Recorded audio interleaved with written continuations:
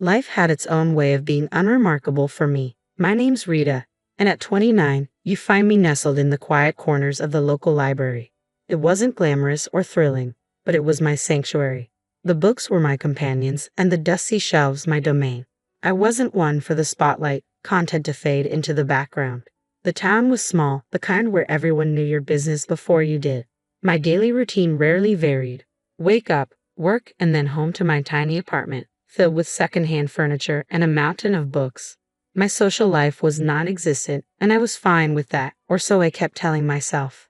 Then Ethan walked into my life on a day much like any other. He was searching for a book, something different, he said.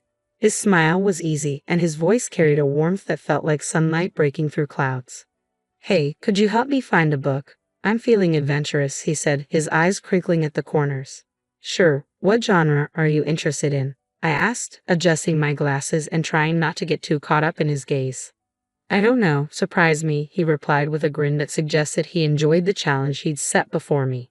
That was the beginning of everything. Our conversations became a regular part of my days. He'd ask about books and I'd recommend titles, but soon those chats shifted from the pages of novels to the details of our lives. Ethan was different. He listened in a way that made me feel seen for the first time in a long while.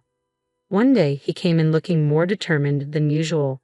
You know, Rita, you're the most interesting person I've met in this town.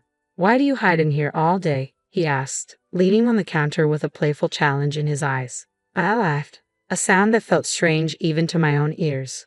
Well, where else would I go? This town isn't exactly bursting with excitement. Ethan's response was quick. Maybe you just need someone to explore it with. How about dinner tonight? My treat. I hesitated, not used to this kind of attention. I don't know, Ethan. Come on, what's the worst that could happen? You spend an evening out with a guy who enjoys your book recommendations. Plus, I promise to make it worth your while. You can show me this hidden gem of a town, he coaxed, his confidence infectious. Against my better judgment, I found myself agreeing. Okay, sure, but no fancy places. I don't do well with all that pomp. Ethan's smile lit up the room. I'll pick you up at 7. Wear something comfortable. That night changed everything. Ethan showed me parts of the town I'd never seen despite living here my whole life. He made me laugh, a deep, genuine laugh that I hadn't known I was capable of. He listened to my stories, my dreams, and my fears, never once making me feel small or insignificant. As we walked back to my apartment, he stopped and looked at me, a seriousness in his eyes. Rita, I know we've only just met, but there's something about you. You're not like anyone I've ever known. You're genuine, and in a world full of fakes, that's rare. I didn't know what to say. No one had ever spoken to me like that before. Ethan, He gently placed a finger on my lips. You don't have to say anything. Just know that I see you, Rita. I see the person you are, and I like what I see. Ethan became the sweet spot in my day, making everything seem brighter with his care and affection. He had a way of making me feel seen, calling me beautiful, kind, and smart, things I hardly believed about myself. It was his warmth that won me over, making the idea of forever seem not just possible but desirable. When he popped the question, it felt like a dream. Marry me, Rita. I can't imagine my life without you, he said, his eyes shining with sincerity. I didn't hesitate. Yes, I breathed out, feeling the swirl of excitement and disbelief. But before we could get lost in the whirlwind of wedding planning, there was one crucial step we had to take: meeting his parents. Ethan had given me a heads up, a sort of pre-warning. My folks have a bit of a high standard for who I bring home, but don't sweat it. They're going to love you once they see how amazing you are, he assured me. Though his words were meant to ease my nerves, I was a wreck before the meeting, rummaging through my wardrobe for something that said modest yet dignified. It felt like an impossible dress code to crack. Ethan, on the other hand, was the picture of calm, almost indifferent, as if the outcome of this meeting didn't weigh on him at all. You're overthinking it, Rita. Just wear what you're comfortable in, he said casually, which only frayed my nerves further. The day arrived, and I chose a simple blue dress that I hoped struck the right balance. As we drove to his parents' house, Ethan seemed more preoccupied with the music on the radio than the impending introduction. Are you sure they're going to like me? I asked, seeking reassurance. They'll come around. Just be yourself, Ethan replied, his attention briefly flitting to me before returning to the road. His laid-back attitude felt jarring compared to the storm of anxiety brewing inside me. Walking up to the door of Ethan's childhood home, my heart pounded. His earlier warnings echoed in my head, painting a picture of the scrutiny I was about to face. The doors swung open, and we were greeted by Ethan's parents, their expressions unreadable. The dinner that followed felt like a minefield. Ethan's parents grilled me with questions that felt more like an interrogation than casual conversation. "So, Rita, Ethan tells us you work at a library. Do you see yourself doing that long term?" his father asked, his tone suggesting he found my job lacking. I fumbled for an answer, trying to sound confident. "I love working there. It's fulfilling in a way I can't quite describe," I said, hoping my passion would be enough to win them over. Ethan was strangely quiet throughout, offering little support as I navigated the barrage of questions and veiled criticisms. It felt like I was alone on the battlefield, with Ethan retreating into the role of a passive observer. As we drove home, the silence in the car was deafening. I couldn't help but feel disappointed, not just in the evening's events but in Ethan's indifference. "I thought you said they'd warm up to me." I finally broke the silence, my voice tinged with hurt. Ethan shrugged in a frustratingly nonchalant gesture. "Give it time, Rita. They just need to get to know you better," he said. His words did little to comfort me. After a few more dinners that felt more like interrogations than friendly meals, it was clear Ethan's folks weren't my biggest fans. They saw me as some kind of gold digger, which couldn't be further from the truth. I never cared about Ethan's money. Heck, I barely knew about it until he mentioned it one evening. "My parents are a bit old school, you know. They worry about the weirdest things like money and status," Ethan had said. One night, Ethan came home looking more serious than usual. "Babe, we need to talk," he said, avoiding my eyes. That's when I knew something was up. "What's wrong?" I asked, feeling my stomach tie up in knots. "It's my parents," he said. He finally looked at me, his expression serious. "They're insisting we sign a prenup," he said, the word feeling foreign and bitter on my tongue. "Ethan, you know I don't care about your money, right?" I said, trying to keep my voice steady. He sighed, running his hands through his hair. "I know, and I don't care about it either, at least not when it comes to us. But they're adamant about it. They think it'll protect both of us or whatever." I was hurt, not going to lie. It felt like they were already betting on our failure. But I loved Ethan more than I cared about his parents' approval or some legal agreement. "Fine," I said more sharply than I intended. "Let's sign it and be done with it. Your money, my money. Whatever. I don't care. I just want you." Ethan looked relieved, and a part of me hated that. "Thank you, babe. I hate this as much as you do, but it's just a piece of paper. It won't change anything between us." So we signed the damn thing. Some lawyer, who was a friend of his parents, drew it up, making sure neither of us could touch the other's assets if things went south. It felt like signing a declaration of distrust before we even started, but I pushed those thoughts away. I was in love, and love was supposed to conquer all, right? Our wedding was nothing grand, just the way I wanted it. A few close friends, an intimate ceremony, and the promise of forever. I moved into Ethan's place shortly after. It was a nice house, nothing too fancy, but it felt miles away from my old apartment. Ethan's parents lived nearby, which soon meant surprise visits that seemed more about checking up on me than anything else. Life with Ethan started off like something out of a fairy tale, but it wasn't long before the gloss began to fade, revealing the grim reality beneath. The shift wasn't immediate, but the signs were there, creeping in slowly and eroding what we had built. His mother, Linda, was the first crack in our perfect picture. She dropped by unannounced, her eyes scanning the house like she was taking inventory. "Remember, this is Ethan's house. Everything here is his," she said, her tone dripping with condescension. I tried to stay calm. "I'm well aware, Linda. I'm not here for your son's things. I love him." She scoffed. "Love doesn't pay the bills, dear.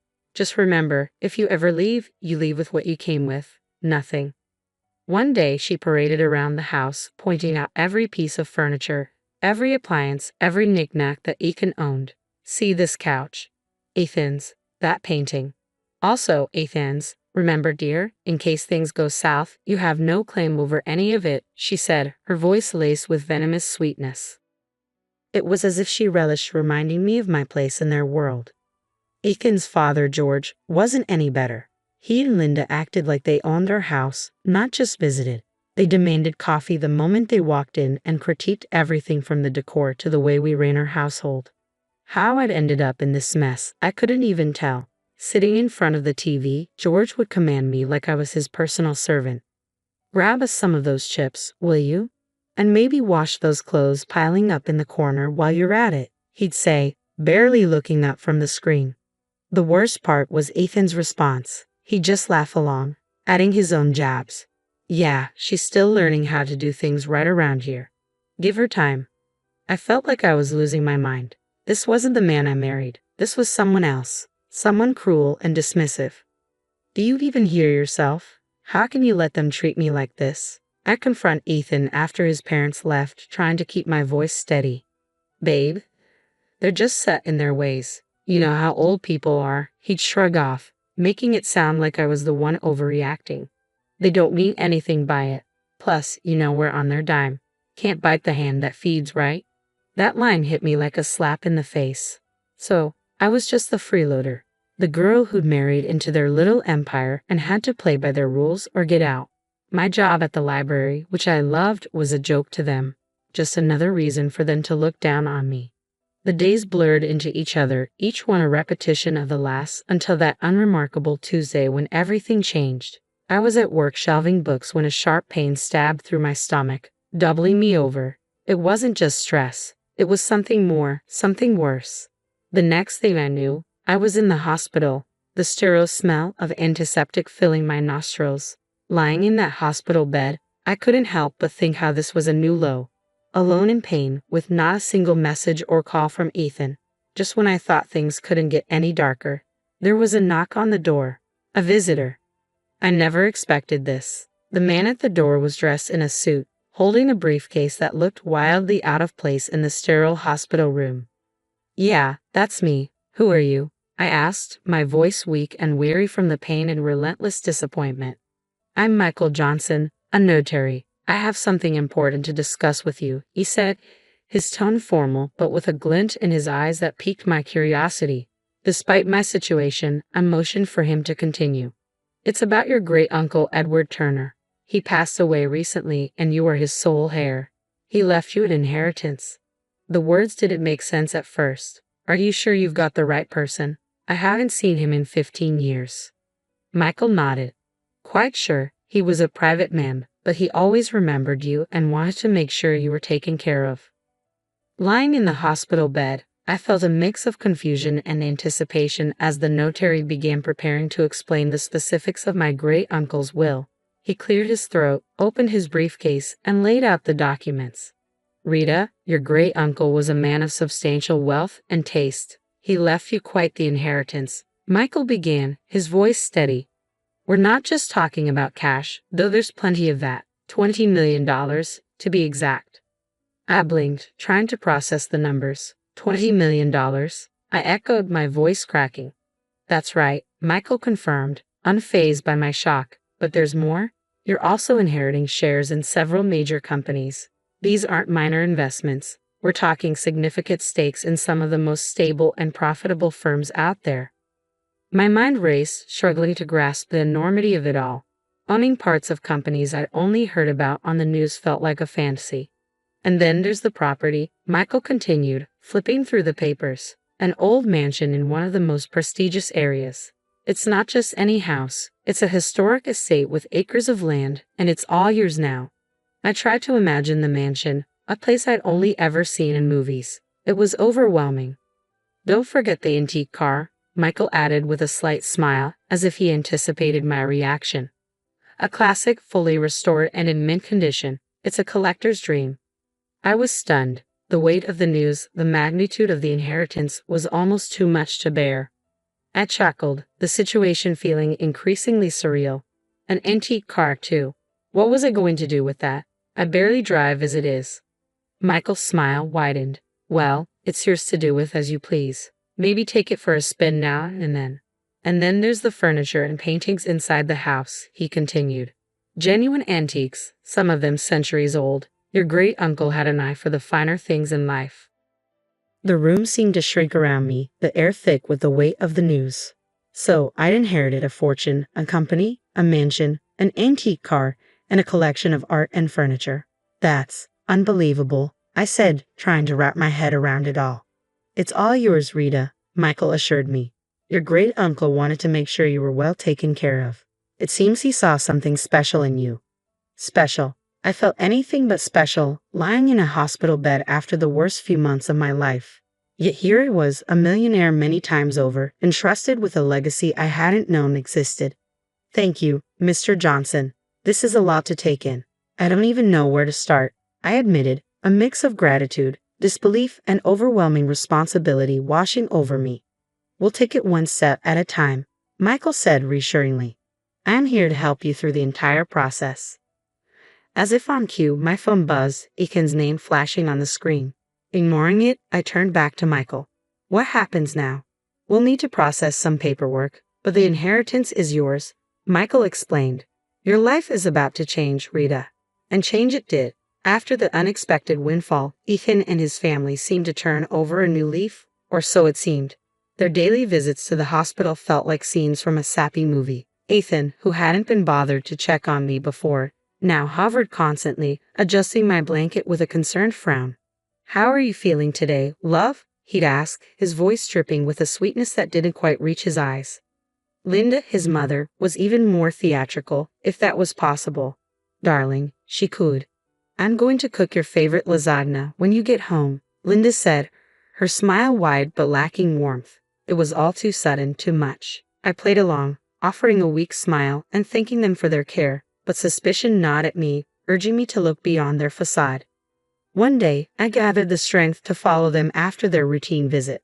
My heart pounded with every step as I slipped out of bed and hid behind a corner, listening as their true selves unfolded. Without an audience, their laughter was harsh and jeering. Can you believe how easy it is? Ethan's voice was dripping with disdain. She's so clueless, just eating right out of our hands. Linda's voice was sharp as she outlined their plan. Make sure she has a baby with you, Ethan.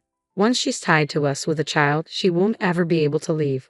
We'll have a real hold on her and her fortune.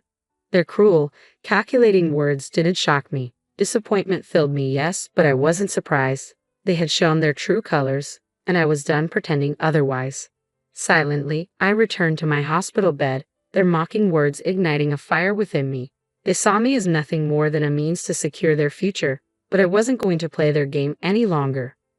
Lying there, a plan began to take shape, clear and firm. I would turn the tables on Ethan and his conniving family. They underestimated me, saw me as weak, but I was about to prove them wrong. Once discharged and back at the house, it felt strange, like stepping into a place that was supposed to be home but now felt alien. Ethan and his parents waited for me, their faces painted with false concern and eagerness. The atmosphere was thick with unspoken tension and expectation. Ethan broke the silence, his voice a mix of feigned sweetness and underlying greed. Babe, you're home. How are you feeling? We've been so worried about you. Ignoring the lump in my throat, I met his gaze, seeing the man I once thought I knew. I'm feeling better, thanks, but we need to talk. All of us. Linda, ever the actress, stepped forward with her hands clasped as if in prayer. Of course, dear. We're here for you, whatever you need. It was now or never. I took a deep breath and laid out my cards. I'm filing for divorce, Ethan, and before you ask, no, you won't see a dime of my inheritance. The room fell into a stunned silence, the air sucked out as if by a vacuum. Ethan's face went pale, his mask slipping to reveal his panic. Divorce? But why? I thought we were happy. Happy. The word tasted bitter on my tongue. You, your mom, and your dad have made my life a living hell. You've treated me like a servant, not a wife. And now you're suddenly worried about me because I'm worth something to you. Ethan stammered, struggling for words, but Linda quickly jumped in. This is nonsense. We've always treated you like family. You're imagining things, dear. I rolled my eyes, ready to stand my ground. I pulled the prenuptial agreement from my bag, waving it in front of Ethan. This, I said, is what saved me. You thought you could play me, but I'm not the naive girl you took me for. George, who had been silent until now, finally spoke. His voice was a mix of anger and defeat. You'll regret this. We're your family. No, I countered. You were never my family. A family doesn't treat one of their own like dirt and then turn sweet when money comes into the picture. I'm done here. Moving into my own place was a breath of fresh air I desperately needed. The apartment was small and cozy, a stark contrast to the life I had left behind. It wasn't just a new living space, it was my declaration of independence and a fresh start. The phone calls started almost immediately. Ethan was the first to reach out, his voice dripping with desperation. Rita, please, you've got to come back. We can work this out. I know we can. His pleas fell on deaf ears. I was done, and no amount of begging could change that. Ethan, it's over. I'm not coming back. You need to accept that, I said firmly, leaving no room for negotiation. Linda's call came next, her tone a toxic mix of anger and guilt-tripping. Ungrateful. After everything we've done for you, you owe us. Rita, you're making a huge mistake. Oh, I owe you for what, Linda? I retorted. For making me feel like nothing more than a burden. No, I don't owe you anything. Goodbye. Hanging up on her felt like shedding a heavy weight, a final cut from the ties that bound me to a life of misery. The divorce was a relief, a clean break from a past that had threatened to consume me. Through friends, I heard about the fallout between Ethan and his parents. The irony wasn't lost on me. The very prenuptial agreement they had insisted on was now the source of their family's strife. With my great-uncle's inheritance securely in my name, I found new purpose and a way to give back. A significant portion went to charities that mattered to me, causes that would make a difference in the world. But it was the bookstore that became my passion project, a cozy haven for lovers of old and rare books. It was my way of reconnecting with the world on my terms. My journey hadn't been easy, fraught with challenges and heartache, but standing in my bookstore surrounded by the stories of countless others, I knew I had found my happy ending. It wasn't just about moving on from Ethan and his family's manipulation. It was about rediscovering who I was and what I loved. Here's to new beginnings, I toasted to myself one quiet evening after closing up shop. The road ahead was uncertain, but it was mine to travel, filled with possibilities and the promise of newfound happiness.